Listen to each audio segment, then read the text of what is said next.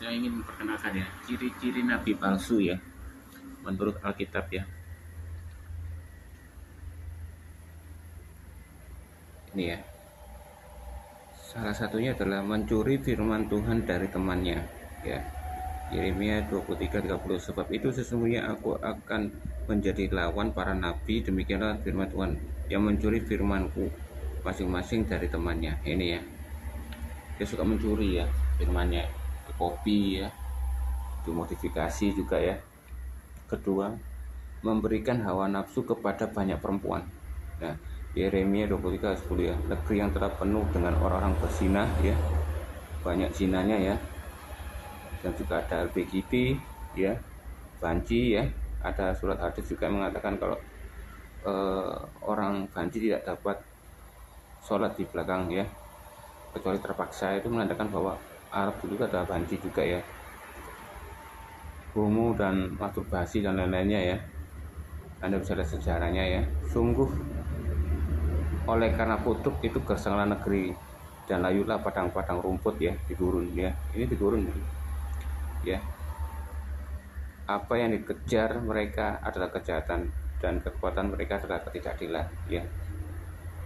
Oke, yang lagi serigala berbulu domba, Matius 7:15-20. Waspada terhadap nabi palsu yang datang padamu dengan menyamar sebagai domba, tetapi sesungguhnya mereka adalah serigala yang buas. Dari buahnya lah kamu akan mengenal mereka. Dapatkah orang memetik buah anggur dari semak duri, dan buah ara dari rumput duri? Demikianlah pohon yang baik menghasilkan buah yang baik, sedangkan pohon yang tidak baik menghasilkan buah yang tidak baik ya. Jadi buah perbuatan ya. Buah itu di Alkitab ada macam-macam buah ya. Buah rendah hati ya, kesabaran dan sebagainya ya. Tidak mungkin pohon yang baik itu menghasilkan buah yang tidak baik ya, dan pohon yang tidak baik itu menghasilkan buah yang baik. Dan setiap pohon yang tidak menghasilkan buah yang baik pasti ditebang dan dibuang ke dalam api. Jadi dari buahnya lah kamu akan mengenal mereka. Nah,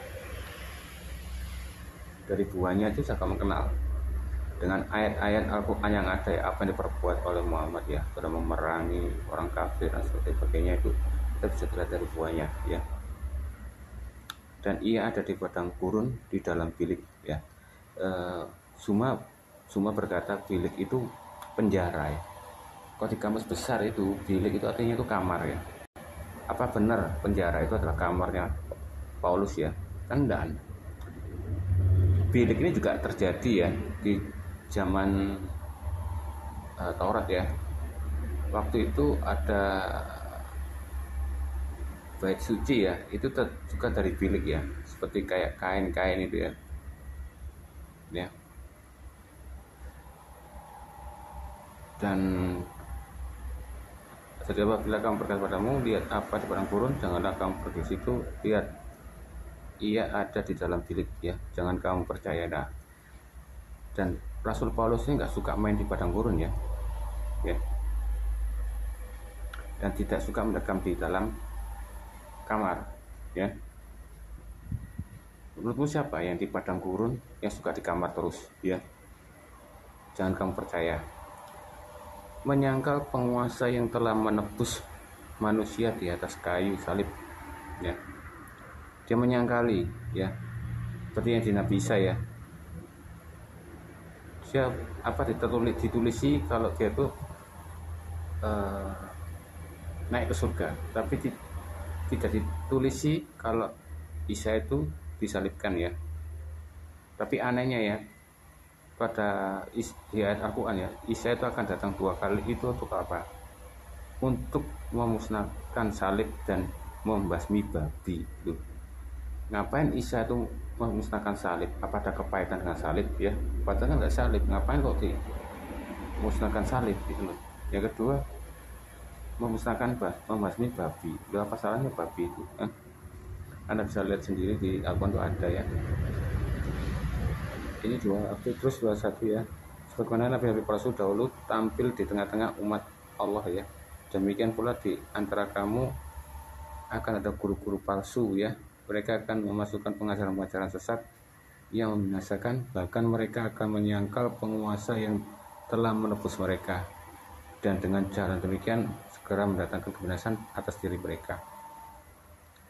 eh, Paulus itu nggak pernah mengaku dirinya guru ya. Ya, guru itu cuma satu ya, Yesus ya. Makanya kata itu jangan ada guru lain ya, gurumu hanya satu ya, yaitu Yesus tadi ya. Dan mengajari yang sesat ya, seperti apa, kamu harus apa, orang kafir lah ya. Bahkan di ayat aja mengatakan ya, jika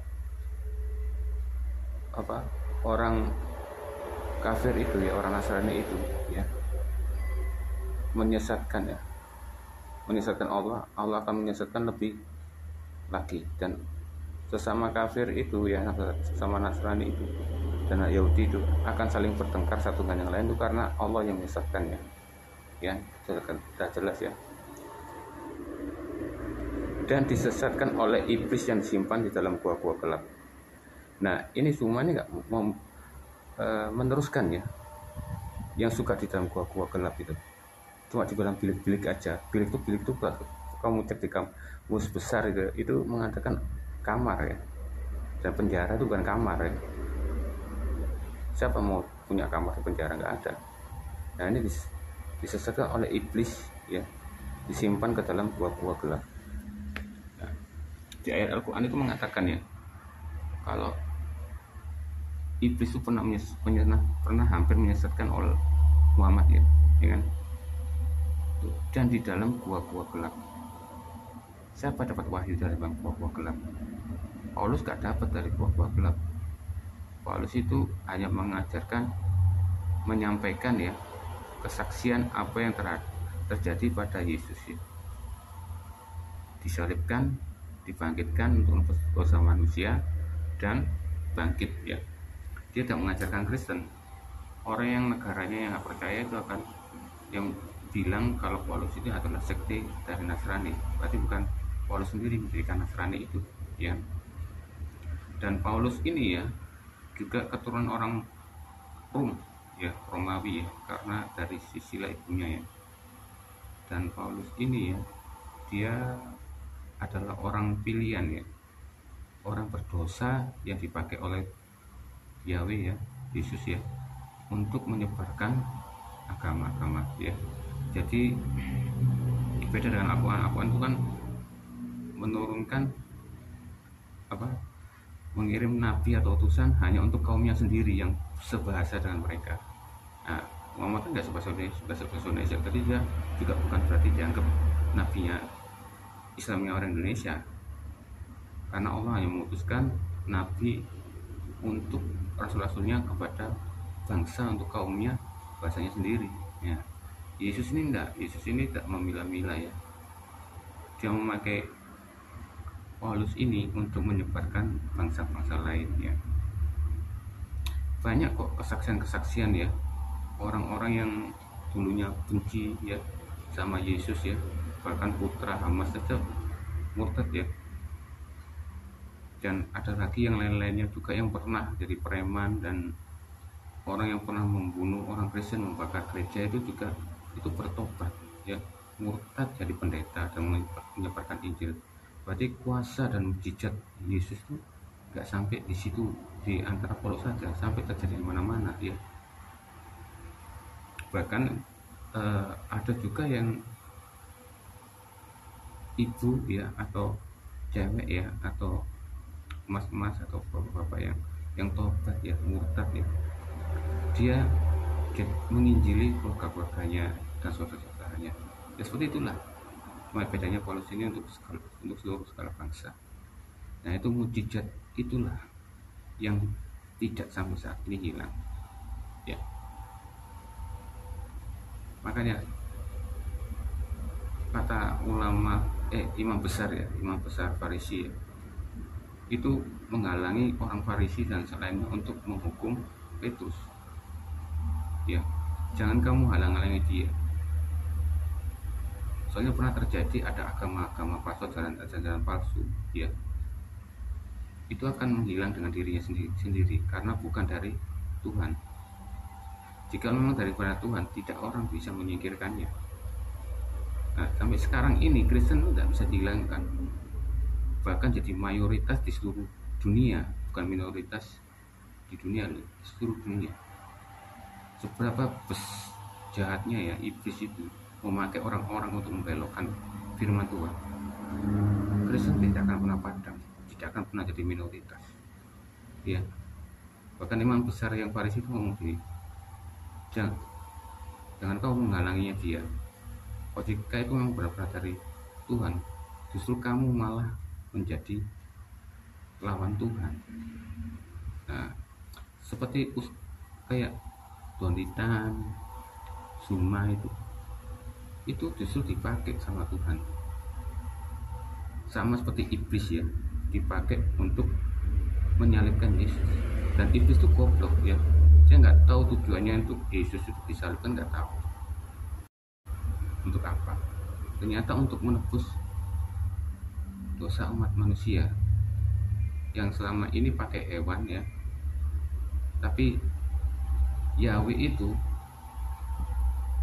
malah menjadikan mengorbankan dirinya. Makanya kan Yesus ngomong, tidak ada orang sahabat yang sejati yang mengorbankan nyawa untuk sahabat-sahabatnya. Dan kita itu juga bukan hanya dianggap anak Allah juga, kita juga dianggap sahabat ya. Nah itu, jadi Yahweh itu mengorbankan dirinya ya, dengan jiwanya itu ya, firmannya Yesus itu diinkarnasikan dari manusia untuk menebus. Karena nggak ada darah lain ya yang sekudus Yahweh sendiri itu, bukan luar biasa ya. Kecuali kalau iblis kalau ingin jadi muridnya atau jadi anaknya, atau kita yang mengorbankan jiwa kita dan meneteskan darah dan memberikan darah kita. Tapi kalau Yahweh tidak, justru dia memberikan darahnya dan nyawanya ya.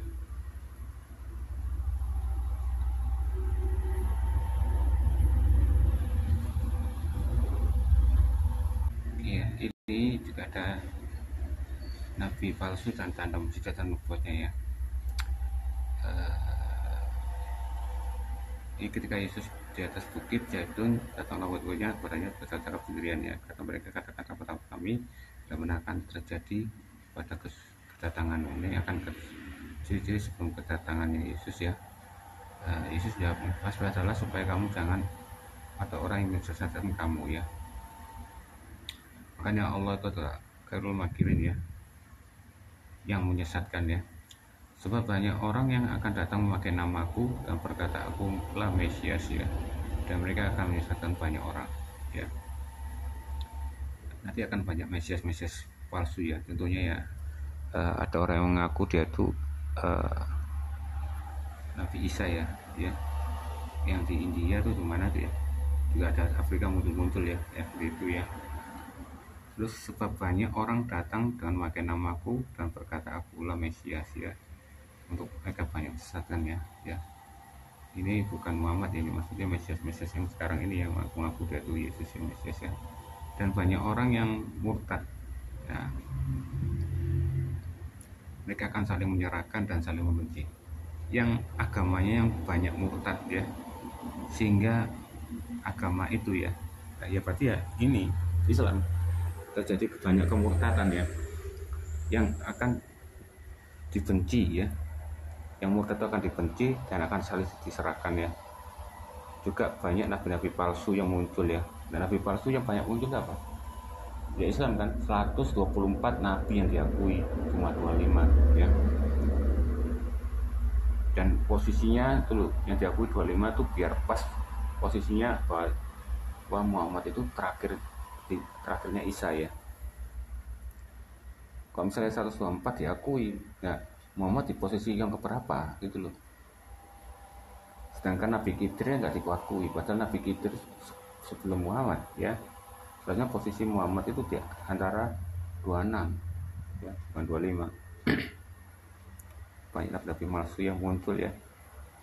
Pada hari terakhir banyak orang yang berseru kepadaku, Tuhan, bukanlah kami bernubuat demi namamu dan mengusir setan demi namamu, mengadakan banyak mujizat-mujizat dengan namamu ya.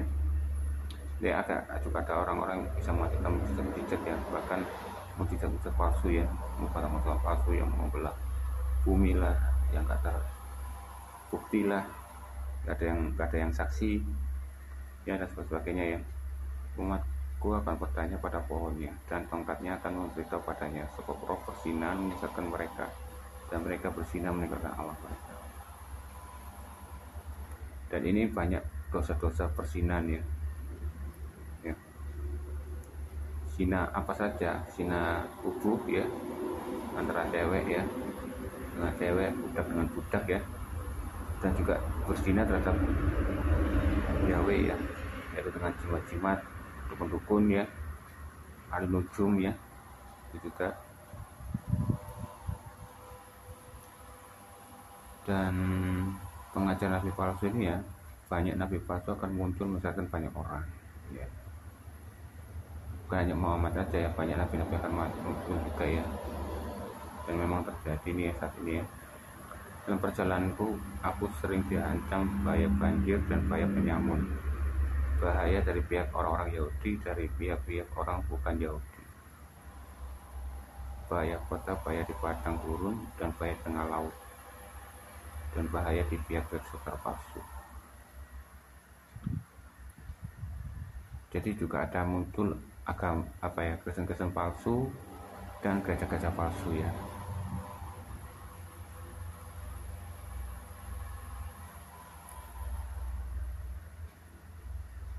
Injil palsu, tetapi sekalipun kami atau seorang malaikat dari surga yang beritakan pada kamu suatu Injil yang berbeda dengan Injil yang kami beritakan. Nah ini Injil ya. Jadi jangankan Injil dan Taurat ya, Taurat aja sebeda dengan Al-Quran.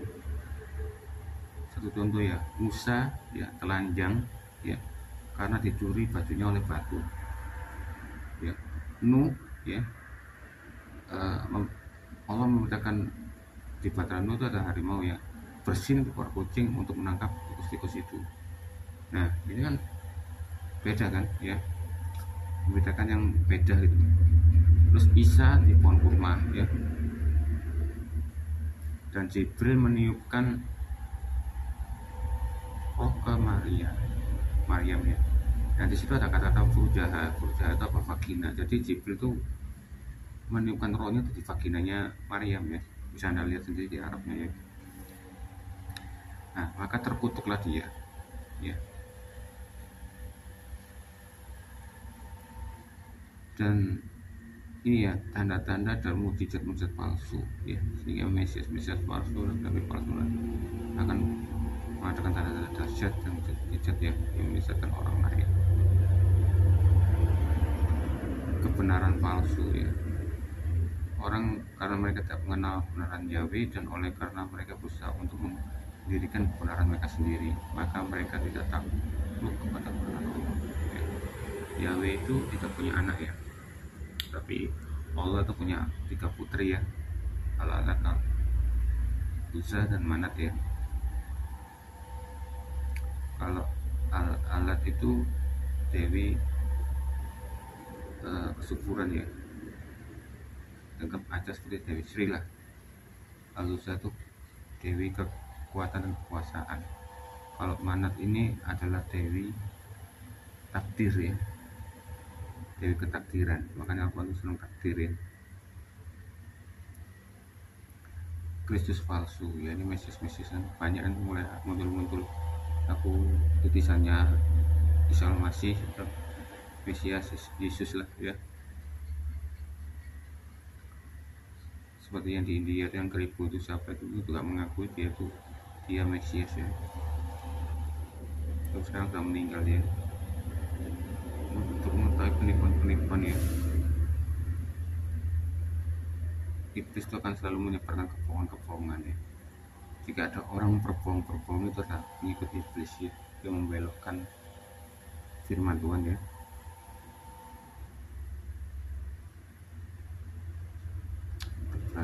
Yang percaya.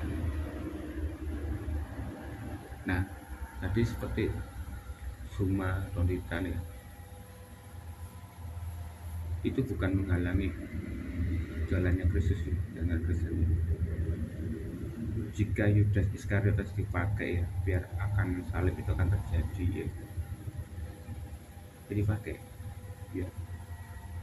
Kalau tidak dipakai, ya buat apa dilahirkan, ya kan? Makanya Yesus kan nyindir, seharusnya tidak perlu dilahirkan, ya. Tapi kenapa dilahirkan? Nah itu karena apa? Biar supaya terkenal. Sama juga iblis ya. Iblis pun juga gak mengerti apa arti Yesus itu ya datang ke dunia ini. Jadi dia malah setuju aja Yesus itu tambah disalib ya. Dia merasa bangga karena dia bisa membunuh Yahweh ya. Tapi gak mengerti itu hanyalah sebuah penebusan.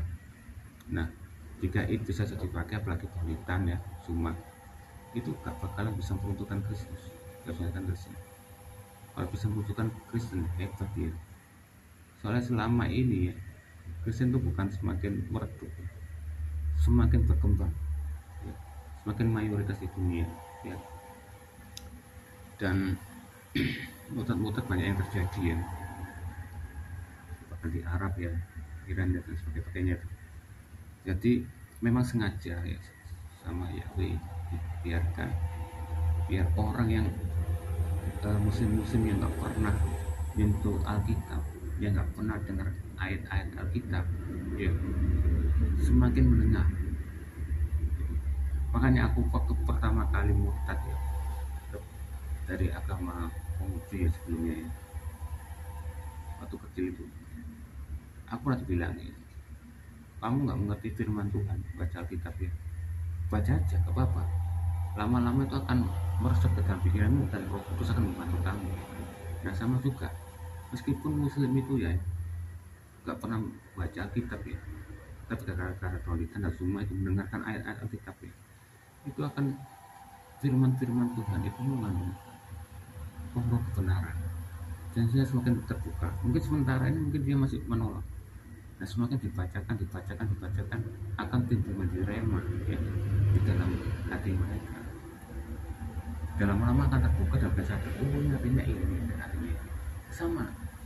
Aku baca Alkitab itu sampai 10 kali buku itu habis ya. Satu kali belum paham, lama 2 kali mulai paham, mulai ngerti. Nah sama gitu. Jadi summa itu ya dan tolitan dan sebagainya itu semakin mempercepat murtad gitu. Akhirnya orang muslim pun makin mengerti gitu, apa isi Alkitab itu. Oh ternyata gini, oh jalannya lurus itu seperti Al-Fatihah. Akhirnya semakin tambah murtad. Bagaimana tambah lama, semakin lama nanti orang muslim pun yang gak pernah megang Alkitab dengan kata-kata itu dia penasaran dan dia membaca. Nah jadi sebagai umat Kristen kita gak perlu khawatir ya, justru karena dia dipakai ya, pada saat sudah tidak mau dipakai lagi baru penghukuman itu akan terjadi ya kan. Beda dengan Hakwin ya, dia menghina Yesus, menghina Tuhan ya, akhirnya dia lumpuh total itu. Karena apa? Dia tidak memberitakan Injil kayak Zuma dan Doritan, langsung lumpuh. The Beatles, dia juga menghina Tuhan karena dia nggak pernah menyebarkan Injil, dia mati. Nah sama seperti Mike Tyson juga menghina Yesus, setiap menang menghina Yesus itu. Baru berhadapan dengan Holyfield naik ke ring, dia memperkatakan ayat-ayat kita ya, Tuhan adalah gunung batuku ya dan sebagainya itu. Nah, itu akhirnya menang. Randy pun juga ya. Nah, jadi kalau orang-orang yang menghina Tuhan, yang tidak berfungsi untuk menyebarkan Injil seperti itu, biasanya langsung dapat asapnya, dapat hukuman langsung. Tapi karena Zuma dan Dolikan menyebarkan Injil masih dipakai gitu. Meskipun dibelokkan tapi kan tetap dia membacakan ayat Alkitab dengan benar gitu. Walaupun dia maksudnya dibelokkan salah gitu. Jadi itu orang yang biasanya anti, gak suka baca Alkitab, malah jadi dengerin ayat itu. Jadi kita merasa bersyukur ya dengan hadirnya conditan ya, cuma biarkanlah orang-orang muslim itu mendengarkan ayat-ayat Alkitab, betapa indahnya ayat itu ya. Pasti orang itu enggak yang mendengarkan semua ya, orang muslim mendengar semua pasti cerdas lah, pasti saya mikir gak mungkin lah artinya gini, gak mungkin artinya gini ya. Ada orang yang muslim berkata, loh kok katanya semua apa bapaknya Rasul Paulus itu siapa, kok gak penting gitu pertanyaannya. Nah itu menandakan bahwa itu orang muslim itu pinter, pertanyaan nggak berguna ya. Orang pasti akan, itu hanya pikirannya semua, dia berkata-kata gini biar semua orang muslim akan paham. Belum tentu, siapa tahu muslim itu akan cerdas, oh bukan itu artinya, mungkin artinya ini gitu. Nah itu akan terbantu, ada yang terpancing, ada yang baca kitab. Jadi bagiku itu bagi orang sama Kristen ya, kita tuh gak usah takut ya, jadi itu tambah terjadi. Aku panitera taruhan Zuma ini memang dipakai ya, konditan dipakai untuk menyebarkan Injil. Nah makanya kita mengatakan jika tidak dipercepat waktunya maka banyak yang tidak selamatkan. Nah gimana mempercepat waktu hari kiamat itu? Dengan menyebarkan Injil itu ke ujung dunia, ujung bumi ya, yaitu Papua ya. Banyak yang belum terpelosok-pelosok, yang belum dengar, jangankan pelosok-pelosok, di kita sendiri aja belum ada yang mendengarkan firman Tuhan. Contohnya ya itu orang muslim aliran keras yang najis megang Alkitab, tambah dengarkan dolitan dan rumah, tambah dia mendengar ayat Alkitab, tambah dia ini terpancing untuk membaca. Oh benar sih ini, oh ada kata-kata indah, akhirnya masuk dia. Oh Yesus berkata berikan berikan jika kamu ditampar pipi kananmu, berikan wajahnya. Oh, asik gitu, padahal akan pasti akan ngintip lah. Gak mungkin 100% orang muslim mendengarkan semua dengan omongannya oh, dia gini. Oh Paulus itu palsu apa gak mungkin lah. Orang muslim pasti juga ada yang cerdas, gak ditelan mentah-mentah. Nah pada waktu firman itu ya, Injil itu, kebenaran itu tersebar ya, gak peduli itu percaya nggak percaya, yang mungkin sudah tersampaikan, akhir zaman itu akan terjadi dan Yesus itu akan datang 2 kali. Jadi ibaratnya Tuhan itu adil ya. Jadi orang yang hidup ini yang nggak mendengarkan, tunggu sampai mendengarkan firman Tuhan. Ada di antara kamu percaya nggak percaya nggak, yang penting Tuhan sudah adil. Ini kamu tak kasih ini mau terima nggak mau terima ya sudah gitu loh. Nah kalau itu sudah tersebarkan ya, orang sudah mendengar firman Tuhan ya, dengarkan tok loh, bukan mempercayai atau murtad atau gimana. Nah saat itulah Yesus datang, dan waktu Yesus datang baru Israel itu akan mengalami kehancuran dilawan 7 negara, yaitu 7 mahkota ya. 7 mahkota menandakan apa? 7 kekuasaan negara yang besar itu akan menyerang Israel itu. Akhirnya Israel itu kalah, sama seperti di patung Liberty ya, tanduknya ada 7 ya, dapat 7 negara ya kan. Makanya ketika Illuminati ya sama apa tuh yang itu elit global itu, nah itu 7 kekuatan 7 negara itu. Nah itu waktu diangkat ya, yang Kristen yang setengah-setengah ya akan tertinggal, yang Kristen yang sungguh-sungguh beserta yang sudah meninggal ya, yang Kristen akan bangkit, yang anak kecil itu bayi-bayi akan menghilang, tinggal sisa bajunya aja. Nah, makanya dan iblis tidak suka terlalu penginjil ya, karena apa? Dengan penginjilan itu mempercepat proses kiamat itu tadi, dan waktunya semakin sempit dia dan semakin cepat masuk neraka, makanya dihalangi itu. Tapi tetaplah iblis adalah bodoh gitu, yang selalu bisa dimanfaatkan oleh diabli. Begitu pengikut-pengikutnya yang menyesatkan firman Tuhan. Jadi ketika sudah tersebar ya, dan dosa dari Suma itu yang membelokkan firman Tuhan dan Donitan itu ya sudah sampai genap, dan dia sudah ya bisa cukup kamu sudah menginjil, sudah memberitakan Injil ya entah itu salah atau benar, pokoknya sudah tersebar lah. Pada saat itulah penghukuman terhadap Suma dan Donitan akan terjadi. Aku yakin itu ya. Saya nggak berani taruhan ya, karena orang Kristen nggak boleh taruhan, tapi Anda bisa lihat sendiri. Jangan jauh-jauh. Evi, jilbaban Bu Evi yang kacamata itu, dia langsung dapat hukuman karena apa? Karena dia menghina Roh Kudus ya. Kalau menghina Yesus, rasul-rasulnya, menghina Alkitab gak masalah, tapi kalau menghina Roh Kudus lain. Pada saat itu Bu Evi itu yang jilbaban itu, yang kacamata itu, jatuh lumpuh, dan telapak kakinya yang jatuh sebelah kiri sebelah kanan diamputasi. Tapi dia dapat tobat, malah dia bikin status di YouTube-nya, katanya Yesus kasih, masa digitukan aja aku dicongkrakan, dijatuhkan.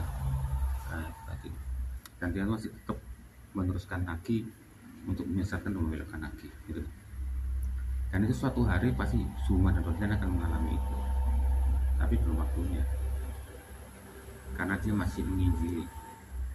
Beda dengan yang orang yang menghina Yesus langsung modar. Soalnya apa? Dia menghina dan tidak menyebarkan Injil, tidak dibutuhkan, sudah cukup. Kalau Donitan, Suma, dan debater Nandar masih dibutuhkan, karena masih bisa dipakai untuk menyebarkan Alkitab tadi. Oke?